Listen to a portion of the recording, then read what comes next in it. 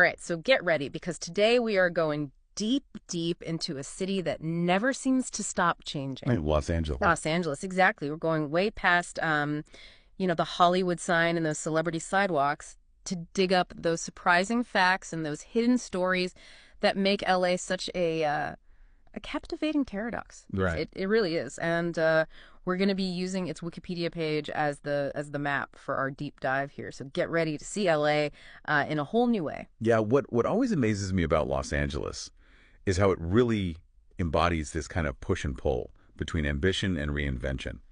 It's a city that's built on layers, right? Yeah. Each era kind of leaves its own mark, but it always adapts and evolves. It's really remarkable. It's like a chameleon, Yeah. always changing colors, but it's always distinctly LA. Let's start peeling back those layers, going all the way back to its origins. Now, most people associate LA with Spanish influence, of course, but its story really begins much earlier with the Tomva people. Right. And I bet you didn't know this, but their name for this area, Yunga, it actually translates to place of poison oak Oh, or the valley of smoke, interesting. which kind of clashes with that whole image of red carpets and palm trees. Yeah, it certainly does.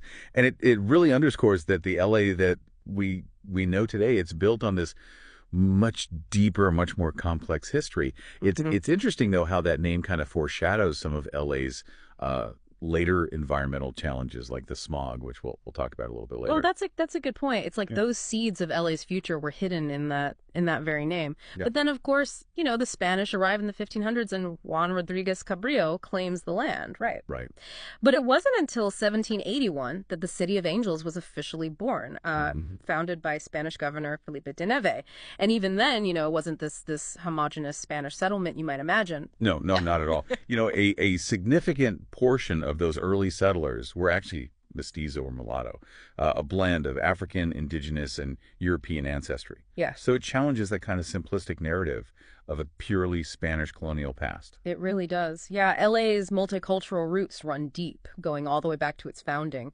And you can't really talk about early LA without mentioning the Catholic Church. I mean, the fact that Los Angeles today has the largest Roman Catholic archdiocese in the entire U.S., that says a lot about its influence, its enduring influence. Absolutely. I mean, it's a legacy that's still woven into the fabric of the city, shaping its cultural landscape, even as LA has transformed in countless ways over the centuries. Right.